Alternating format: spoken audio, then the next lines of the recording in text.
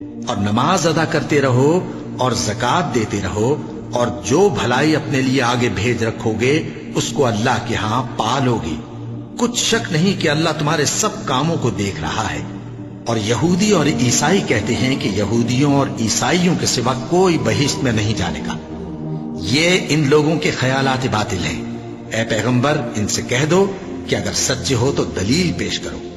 ہاں کیوں نہیں، جو شخص اللہ کے آگے گردن جھکا دے یعنی ایمان لے آئے اور وہ نیکوکار بھی ہو تو اس کا صلہ اس کے پروردگار کے پاس ہے۔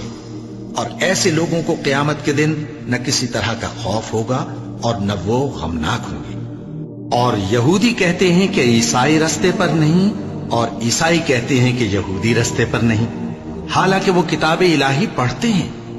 اسی طرح بالکل انہی کسی بات وہ لوگ کہتے ہیں جو کچھ نہیں جانتے یعنی مشرک۔